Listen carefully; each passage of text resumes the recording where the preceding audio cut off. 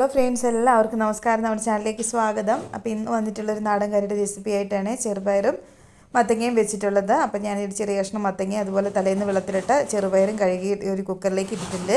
ഞാൻ 2 അല്ലി ചെറിയ വെളുത്തുള്ളി ചേർത്തിട്ടുണ്ട്. അതുപോലെ എരിവിന് ആവശ്യമായ പച്ചമുളക്, പാകത്തിന് വെള്ളവും കൂടെ ഒഴിച്ച്, അതുപോലെ തന്നെ പാകത്തിന് ഉപ്പും 1/2 ടീസ്പൂൺ മഞ്ഞൾപ്പൊടിയും കൂടി ഇട്ടിട്ട് നമുക്ക് അടച്ച് വെച്ച് വേവിക്കാം. ഇത് വേവുന്ന സമയത്ത് നമുക്ക് അരപ്പ് തയ്യാറാക്കണം. ഒരു മിക്സി ജാറിലേക്ക് കുറച്ച് തേങ്ങ, പെരുംജീരകം, കാന്താരി മുളക് അല്ലെങ്കിൽ പച്ചമുളക്, ഇനി അതിലേക്ക് ഒരു 1/4 ടീസ്പൂൺ മഞ്ഞൾപ്പൊടി, പാകത്തിന് വെള്ളം ഒഴിച്ചിട്ട് നമുക്ക് അരച്ചെടുക്കാം.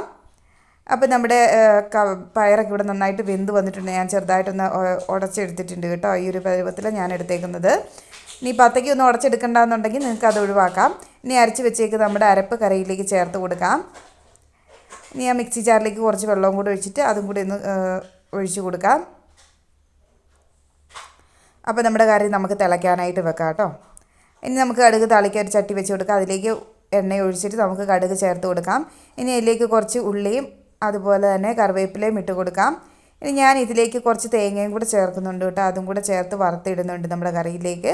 അപ്പോൾ പ്രത്യേകം നല്ലൊരു ടേസ്റ്റ് ഉണ്ട് അതിന് വേണ്ടിയിട്ടാണ് കേട്ടോ.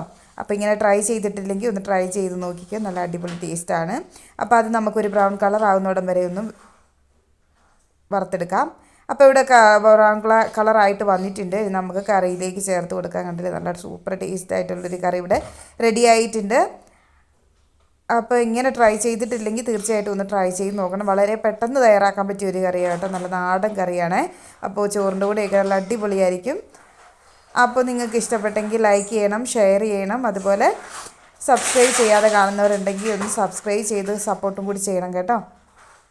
അപ്പോൾ അടുത്തൊരു നല്ല വീഡിയോ ആയിട്ട് വരുന്നോടം വരെ thank you for watching. Bye bye.